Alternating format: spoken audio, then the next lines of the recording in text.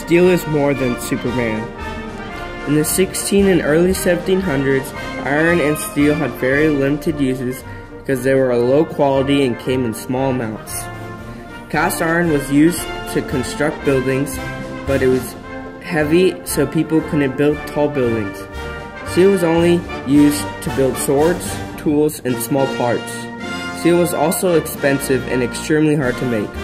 In 1709, one important factor was that Abraham Darby used coal instead of charcoal to smelt iron, which made a more durable building material that was cheaper to produce. In the mid-1700s, the advancements in iron making were made that increased the strength of iron, which in turn allowed people to build taller buildings.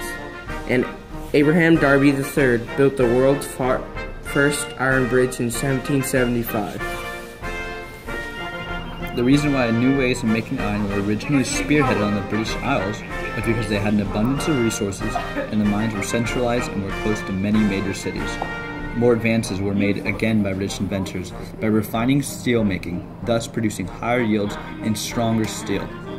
This allowed people to build higher than ever before. Two of those inventors were William Kelly and Henry Bessemer, who invented the Bessemer process, which later became obsolete because of German steel-making processes, and slowed the heating process of the steel so that steel makers can remove more impurities from the metal. In the United States, steel output increased from 38,000 to 60 million tons of steel from 1875 to 1903, making the U.S. the dominant steel producer during the 19th century.